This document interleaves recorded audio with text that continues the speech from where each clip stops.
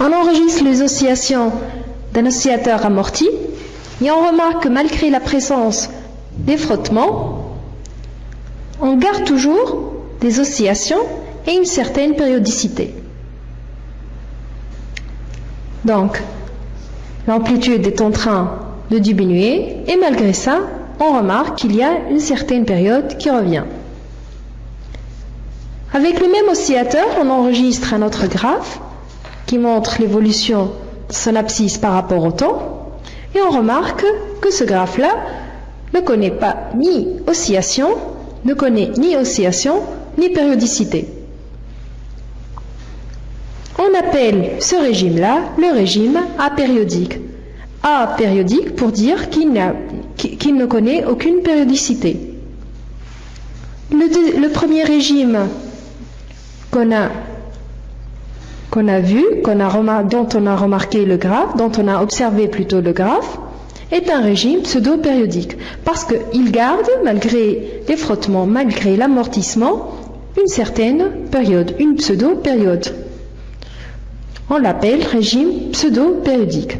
Alors, qu'est-ce qui fait la différence entre un régime pseudo-périodique et un régime apériodique? Un régime pseudo-périodique est un régime dans lequel l'oscillateur est soumis à des frottements, mais qui ne sont pas très importants. Donc, on obtient de l'amortissement, mais on garde toujours des oscillations et une certaine périodicité. On l'appelle régime pseudo-périodique. Donc, il y a des frottements, mais pas très importants. Par contre, dans le régime apériodique, l'oscillateur subit des frottements très importants, ce qui enlève toute périodicité, toute oscillation. On l'appelle un régime apériodique, donc qui n'a plus de périodicité. On revient maintenant à notre régime pseudo-périodique et on nous dit que ce régime-là correspond à un oscillateur dont la masse est de 100 grammes et la raideur du ressort est de 20 newtons par mètre. On nous dit de mesurer sa pseudo-période graphiquement et de la comparer à sa période propre. Donc tout d'abord, on va mesurer sur le graphe la pseudo-période. Pour cela, nous allons choisir de mesurer la pseudo-période entre deux maximums qui se suivent. Donc le premier maximum, c'est celui avec lequel on commence le graphe, et le deuxième maximum va être celui-là, celui qui le suit. Donc notre pseudo-période va être celle-là, toute cette durée, qui correspond, comme on le voit là, à 0,5 secondes. Donc pour vérifier, on va mesurer encore une fois avec deux autres maximums qui se suivent. Nous allons choisir celui-là et celui qui le suit. Donc celui-là.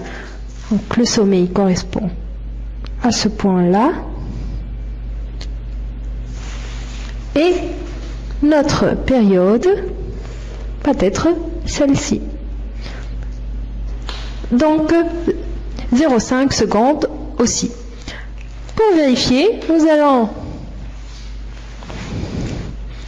chercher à la mesurer avec deux pics inférieurs, donc deux minimums qui se suivent. Donc ça va être celui-là et celui-ci. Donc notre période va être celle-ci. Donc, ce point-là correspond à 0,25 secondes, celui-là correspond à 0,75 secondes. Donc, de 0,25 à 0,75, nous avons 0,5 secondes, comme le cas pour les deux autres durées qu'on a trouvées. Donc, notre pseudo-période,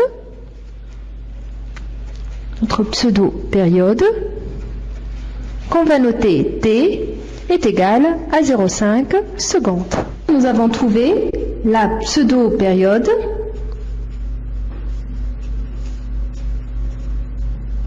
qu'on a notée T et qui est égale à 0,5 secondes. Maintenant, nous allons chercher la période propre. Pour cela, nous allons qu'on va noter T0, on va appliquer directement la formule qui nous donne la période propre et qui est égale à 2 fois pi fois racine de m sur k. Nous savons que m est égal à 0,1 kg, k est égal à 20 newton mètre moins 1.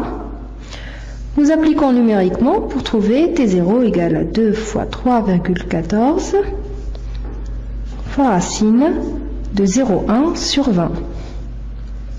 T0 est alors égal à 0,44 secondes. Nous remarquons que notre période propre est inférieure, sensiblement inférieure à T, la pseudo-période. Et nous remarquons une chose, que plus la différence est grande, plus l'amortissement est grand. Donc cette différence qui est T moins T0 nous indique l'amortissement. Nous indique en fait l'intensité de l'amortissement.